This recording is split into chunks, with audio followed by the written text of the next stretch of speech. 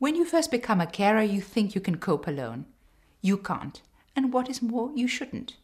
It is not a sign of weakness to ask for help. It is actually good caring. It also gives your relative a chance to see other faces, even if it is for a short time. Marie uses a service called Crossroads. A volunteer comes every Tuesday morning for 3 hours to sit with Lonnie, while she has a chance to go out and do some shopping. Are you alright?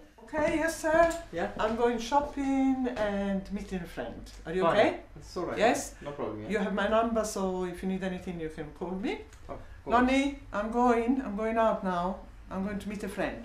Okay, bye now. Love you. See you later. Say bye. bye.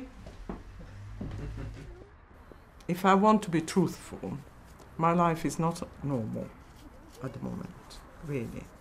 I do not do the things I would like to do, and I do lots of things that I would not do where circumstances be different.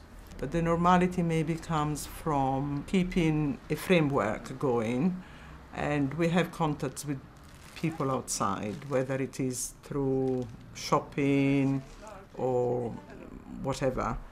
Keeping a routine, maintaining contact with friends and family, obviously, so that we can at least have a sense of continuity.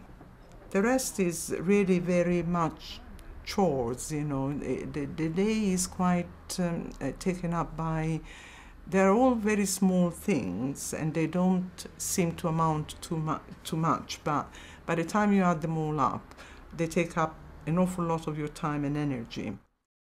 I found organizing a rota of volunteers extremely helpful. Remember, your loved one will suffer dementia for the rest of his or her life. I even included my children amongst the volunteers. We played Little Red Riding Hood and in a basket put all the goodies they and my mother liked to eat. And while they had a meal together, having a lovely time, I could get on with things that needed doing in her house. When the time comes to think of residential care, you're guilt-ridden. You feel you're letting your relative down. I thought about this a lot. And then I decided that if my mother had needed open heart surgery, nobody would have expected me to carry out the operation. Well, this was the same thing. Taking care of somebody with dementia for the rest of their lives is tantamount to major surgery.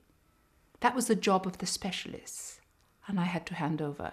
People learning to let go is that emotional tie, that thinking. Also, there's some sense where it's about nobody else can care for that person as well as I do. Well, nobody can love them as much as you do, but they can care for their physical needs as well as you do.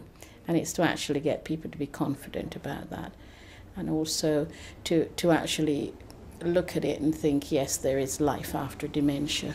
I depended on her very much for companionship. And I miss it. You can do nothing about it. But all I can say is be thankful that I had a long time when she was there. But it's come to the end of the line for me as far as relations with her mentally just don't exist anymore. For somebody who's been very bright and knew about music and literature, theatre, ballet, and then to suddenly to find in front of your eyes that it's gone, it meant a terrific loss to me. I would do anything if there was medical care that could be given to bring her back to something approaching normality. I would have gone for it. But I had to give that idea up some time ago. I cannot bear the thought of her mind going with the body staying comparatively fit. I mean, she still eats, drinks, sleeps well, but nothing is happening in the head. It is the end of the worries, really, and I don't see a way out of it. I've got to the end of the line. There's very little more that I can do other than make sure that she receives the nursing care. This is a progressive disease, and therefore it's not like saying expect a nosebleed or expect tummy ache or something like that.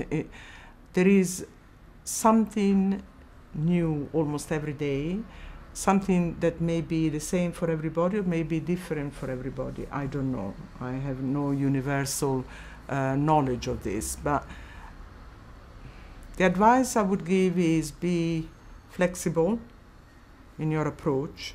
You have to be very pragmatic.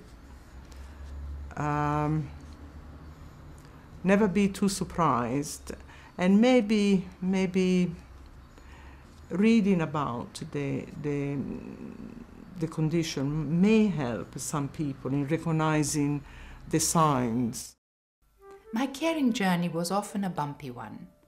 I had some great hits, but also many misses. Sometimes I was totally at sea, particularly at first. Hopefully, looking at the experience of others who have gone a little bit further will make your road smoother.